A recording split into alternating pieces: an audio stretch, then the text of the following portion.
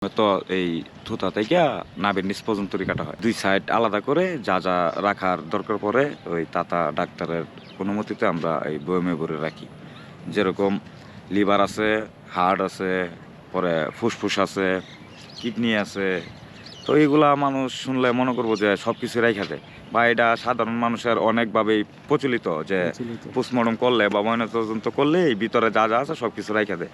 এই কথাটা আসলে মিথ্যা। যারা না জানে, আপনার কয়েকটা ভিডিওতে বলছি যে যারা না জানে তারা অনেক কিছুই বলে যে বিষারাটা ডাক্তার সাহেব কখন করে, যখন দেখা গেছে সে বিষ খাইছে তখনই ওই রোগীর ক্ষেত্রে, ওই মৃত ব্যক্তির ক্ষেত্রে দেখা যায় যে তার এই কিছুটা পরিমাণের, পুরোটাই যে আবার ওরকম কিছু না, কিছু অংশ 100 গ্রাম হতে পারে বা 150 গ্রাম হতে পারে, এর উপরে না। জমাট বাঁধে না এনে তো বিষয়টা হচ্ছে গিয়ে আপনার দেখবেন যে রক্তটা মানুষের শরীরে যতক্ষণ থাকে ততক্ষণ গরম থাকে, আর ওইটা একটা ওই আঠালো পদার্থ।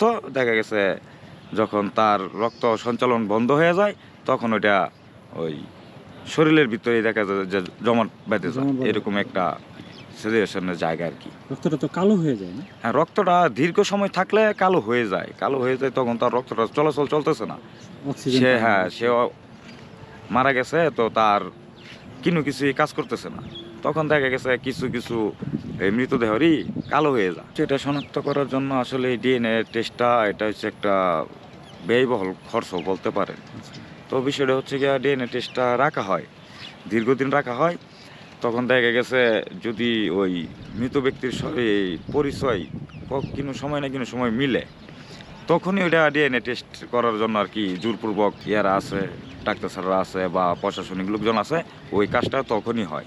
কারণ এটা অযথা ডিএনএ টেস্ট করে একটা খরচ, বা সরকারিভাবে যাক বা এইভাবে যাক, পাবলিক ফাংশনে যাক, এটা একটা ব্যয়বহুল খরচ। ওইদিকে গুরুত্বপূর্ণ লাশের ক্ষেত্রে, হ্যাঁ, যখন গুরুত্বপূর্ণ লাশের ক্ষেত্রে হোক বা সাধারণই হোক, দেখা গেছে মনে করেন যে আমারই একটা ব্যক্তি আমি পাইতেছি না বা 1 মাস 1.5 মাস ধরে, তখন দেখা গেছে আমি অনেক থানায় খুঁজা একটা পর্যায়ে দেখা গেছে আমি পাইলাম।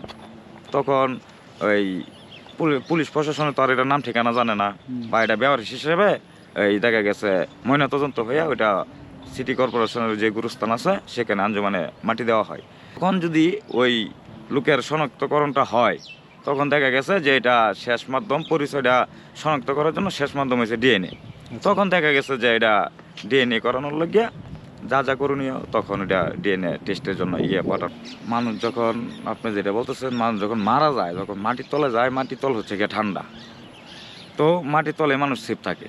এই উপরে যা সমস্যা, আপনি পানিতে বলেন আর ফ্যানে ঝুলন্ত অবস্থায় বলেন বা কিনোখানে যার জঙ্গলে পইরা থাকে ওইটাই বলেন, তাহলে নিচেরটা কম্পোস্ট পেয়ে উপরে তাড়াতাড়ি পৌঁছে যাবে। হ্যাঁ। আচ্ছা ভাই, মানে লাশ যদি এসিডে পুড়িয়ে ফেলাও যায়, তাও তো আপনার লাশকে শনাক্ত করা যাবে না? এসিডে ওই যে বললাম না, ওইটা শেষ মাধ্যম ডিএনএ টেস্ট। কারণ এখন তো বাংলাদেশে কত ভালো একটা ব্যবস্থা, যেরকম আমাদের এই সিআইডি প্রশাসনের কাছে আছে, পিবিআই প্রশাসনের কাছে আছে। দেখা গেছে একটা বেহরির লাশ আমরা মর্গে নিয়ে আসলাম, এটা সঙ্গে সঙ্গে পিবিআইকে খবর দেওয়া হয়। পিবিআই ব্যস্ত থাকলে এই সিআইডিকে সংবাদ দেওয়া হয়। তখন তারা দুজনের মধ্যে একজন আসে, মেশিন আছে ফিঙ্গারপ্রিন্টের, তখন ওই ফিঙ্গারগুলো ভালো থাকে, তখন ফিঙ্গার দিলেই তার পরিচয়পত্র শনাক্তটা করা খুব সহজ হইতেছে। এখন যেটা এসিডে পুরানো ফেলানো হয় বা আগুনে পুড়ে মারা যায়, ওইটা তো সম্ভব না, ফিঙ্গার যাইতেছে, সব কিছু যাইতেছে, তখন ওটা শেষ মাধ্যম হয়েছে ডিএনএ টেস্ট করতে। আচ্ছা, মানে ভাই মৃত্যুর পর কতক্ষণ পর্যন্ত আমরা মস্তিষ্কটা মানে সচল থাকে? আর এটা আসলে মানুষ বলে যে এটা কাজে লাগানো যায়, মস্তিষ্ক বলেন, হার্ট বলেন, লিভার বলেন, এগুলো মরার পরে তার কাজ করে না। কোনো কাজ করে না। এগুলো যদি কাজ করতে হতো তো কত মানুষ দেখেন যে কিডনি রোগে মারা দিতেছে, বা এই হার্ট ব্লক হয়ে যাইতেছে, হার্টের রিং পরানো হইতেছে, ব্যয়বহুল খরচ, তাহলে এই খরচটা হইতো না। হ্যাঁ, মানুষের সেবায় মনে করেন মৃত মানুষের জিনিসে কাজে লাগাই দিত।